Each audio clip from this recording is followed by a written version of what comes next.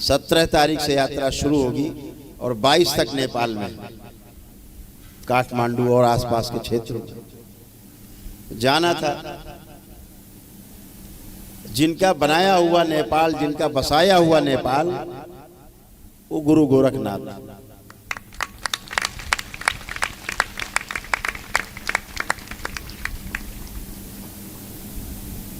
आज भी व्यवस्था वहां दिखाई देती है, भोले भाले लोग। तो हमने कहा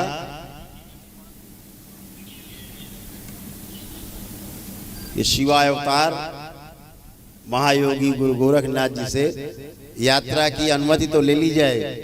तो अभी दर्शन करके उनसे अनुमति लेकर के ही आए।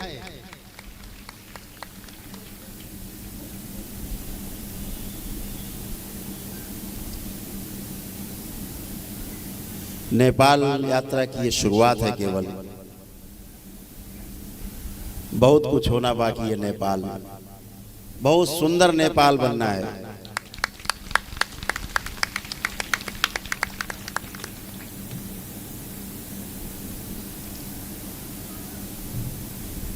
तो अभी दर्शन करके आए गुरु गोरखनाथ जी के अद्भुत। वर्ष 2011 में मैं जब आया था तब बड़े महाराज जी उस समय शरीर में थे, तब गया था मैं दर्शन करने। तब से आज सौभाग्य मिला, कुशीनगर आने पर यह सौभाग्य प्राप्त हुआ।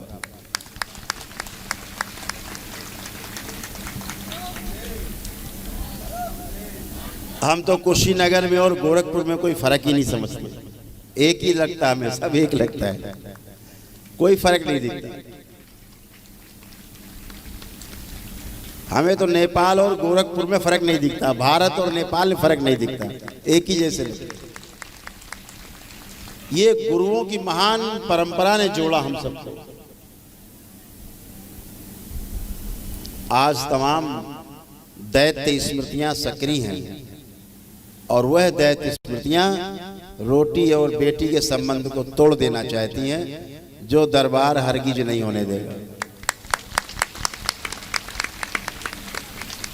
मैत्री के संबंध हमेशा रहेंगे। दुश्मनी कुछ समय के लिए चलती है, मनमुटाव कुछ समय के लिए चलता है, लेकिन मित्रता सदा के लिए होती है।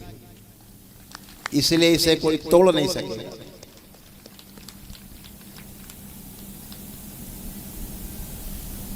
अभी बिहार में पटना में कार्यक्रम था,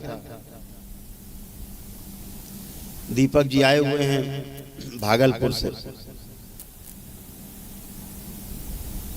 बिहार में कई जगह से कार्यक्रम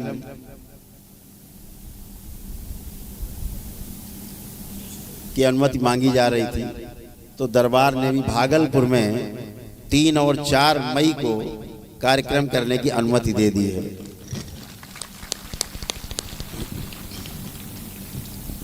भागलपुर बिहार में 3 और 4 मई को समागम होगा, कार्यक्रम होगा। जो एड्रेस होगा पता होगा, बाद में आपको YouTube से पोस्ट से मालूम चल जाएगा।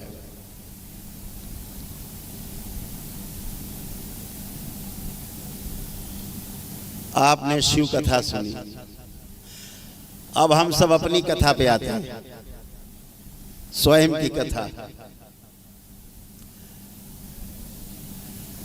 स्वयं से शुरू होते हैं और परिवार से होते हुए, समाज से होते हुए पूरी सृष्टि में फैल जाते हैं। ऐसी व्यवस्था है। हमेशा एक बात ध्यान रखनी है, स्वयं को समझे बिना, स्वयं में समाधान पाए बिना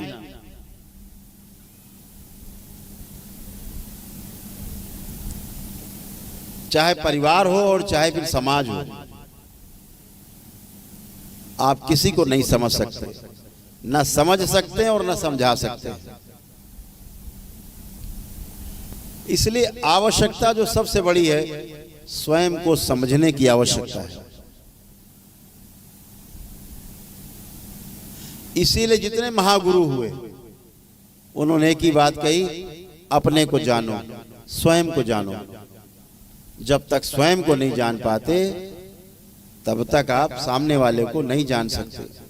व्यवस्था ही नहीं है। सबको जानने का बहुत सीधा उपाय है, स्वयं को जान लिया जाए। जैसे अभी हम आप सबसे पूछे कि आप सभी सुखी रहना चाहते हो कि दुखी रहना चाहते हो, तो जितने लोग सुखी रहना चाहते हो हाथ उठाएं। सारे हाथ ऊपर है, हाथ नीचे करेंगे। आप जितने लोग दुखी रहना चाहते हैं हमेशा वो हाथ उठाए। जिनको दुखी रहना है हमेशा, नहीं उठ रहा, हाथ ही नहीं उठ रहा, इतना भारी हो गया। जिनको अब दुखी रहना है, अब दुखी कैसे रहा जाए? दुख स्वीकार नहीं किसी को दुख नहीं स्वीकार। तो टेस्टिंग हो गई कि हर व्यक्ति आपके आधार पर सुखी रहना चाहता है। अब आपकी से टेस्टिंग हो गई। अगर आप सुखी रहना चाहते हैं, यहाँ बैठे सब लोग सुखी रहना चाहते हैं, जहां तक मेरी आवाज पहुंच रही है वो लोग भी सुन करके समझ रहे हैं कि हमें सुखी रहना है, इसका अर्थ है पूरा विश्व, पूरा संसार सुखी रहना चाहता है।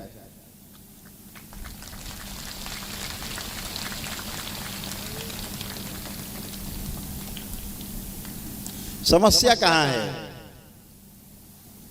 हम सुखी रह नहीं पाते। कभी दुख कभी सुख, कभी सुख कभी दुख, ऐसे लगा ही रहता है।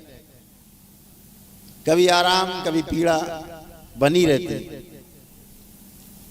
और अंदर क्या है? हमेशा सुखी रहना है, यानी सुख की निरंतरता चाहते हैं हम, निरंतर सुख बना रहे ऐसा चाहते हैं। तो निरंतर सुखी रहने का जो उपाय है वो गुरुओं के पास है, महागुरुओं के पास, दरबार के पास।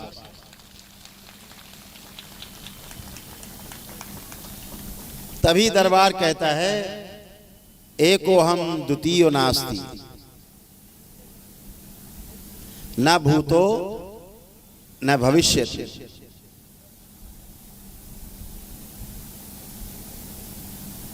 जहां दूसरा नहीं, अद्वैत, वहीं आनंद है। जहां न भूत है न भविष्य, जहां वर्तमान है सिर्फ वही आनंद है। वर्तमान में रहना ही आनंद है। अभी जितने लोग आप यहां बैठे हो, दरबार से जुड़े बहुत लोग हैं, जितने भी लोग आप यहां बैठे, किसी का भी मन न तो भूतकाल में जा पा रहा है न भविष्य में उड़ पा रहा है। नित्य वर्तमान में आप बैठे हो, यहीं बैठे हो, सिर्फ यहीं हो। यहां से पांडाल के बाहर भी नहीं आप सोच सकते, सब करके देख सकते हो। यहां से पांडाल के बाहर की बात आप नहीं सोच सकते। दुनियादारी तो सोचने की बात अलग है। तो वर्तमान में रहना ही आनंद है। आनंद से ही परम आनंद की अनुभूति का रास्ता खुलता है। परम आनंद को हम उपलब्ध होते हैं। तो सबसे पहले अपने को जानना है, अपने को समझना है। अपने अंदर जो कमियां हैं उनको धीरे धीरे ढूंढ कर उनसे सामंजस्य बिठाना है। नष्ट कर सकते हैं तो नष्ट कर देना है। आपके पास इतनी बड़ी ताकत है कि बाबा और माँ को प्रणाम करके माँ से जब प्रार्थना करते हैं कि माँ मेरी ये समस्या है, इसकी स्मृति नष्ट कर दी जाए, और जैसे ही 3 बार ओम नमः शिवाय बोल के आंख खोलते हो वो समस्या आपको गायब हो जाती है, दिखाई नहीं देती। इतने बड़े दरबार से आप जुड़े हो, इतनी बड़ी ऊर्जा आप सबके साथ है। काहे का दुख, काहे का कष्ट? आधा दुख तो तब समाप्त हो जाता है जब आपको पता होता है अगर इसका समाधान मेरे पास है। अगर कांटा लग जाए, चलने में दिक्कत होने लगे, और आपको पता है कि नहीं मेरे पास सुई रखी है, अभी हम कांटे को निकाल लेंगे, तो कांटे का दर्द नहीं पता लगता, आराम से आप निकाल लेते हैं। समाधान केवल आपको पता होना चाहिए। समस्या गायब रहती है। कितनी बड़ी समस्या सामने आ जाए, लेकिन वो समस्या आपको समस्या की तरह नहीं दिखाई देती, क्योंकि आपके पास उसका समाधान है। दरबार का ऑफिशियल चैनल करौली सरकार ईश्वरीय चिकित्सा विज्ञान केंद्र चैनल को जरूर सब्सक्राइब करें। नमः शिवाय।